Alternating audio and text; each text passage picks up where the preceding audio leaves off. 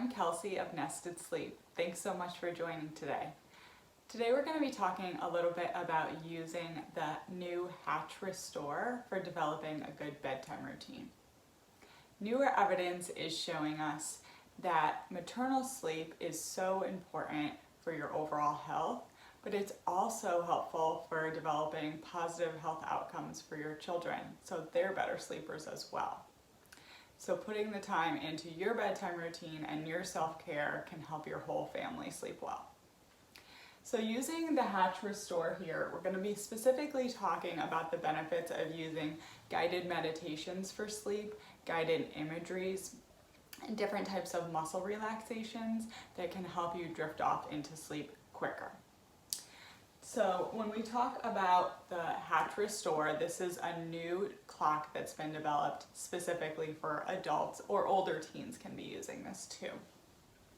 So it has a normal clock. The benefit of that is that you no longer need to have your phone as your alarm clock or your phone right at your nightstand. And that's just really helpful for overall good sleep hygiene.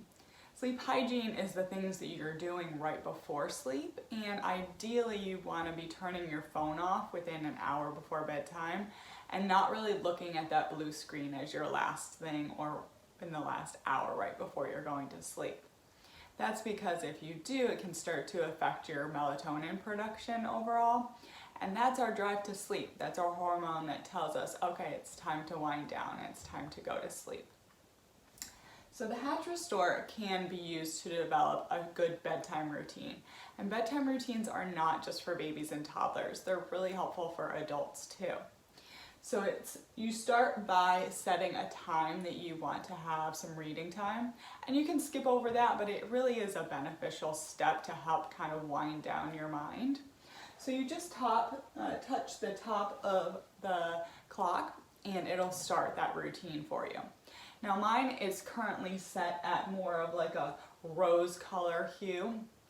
You ideally, when you're using it before bed, do want to use something in the red, pink, orange family because those colors are least likely to affect your melatonin production.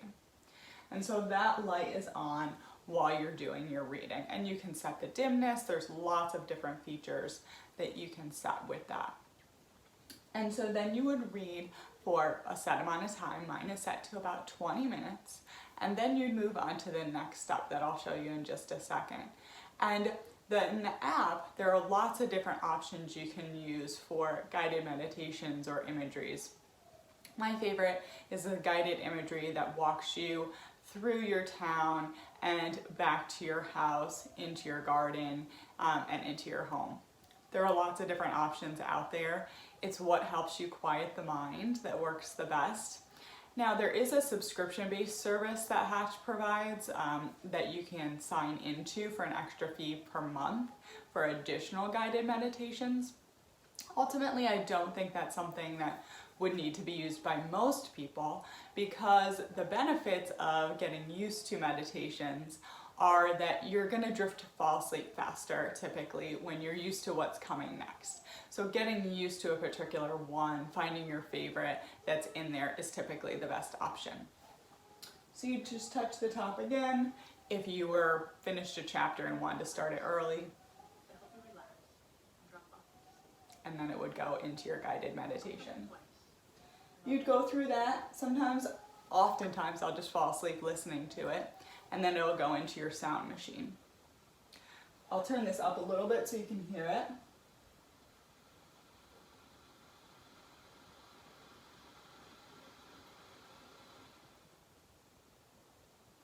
There are lots of different features. Mine's on just a standard white noise. And it's more of just a very soft, but there are lots of different options you can choose from. You just ideally don't want to be listening to music or things that have a lot of change in tone or pitch because then your mind focuses a little bit more on it.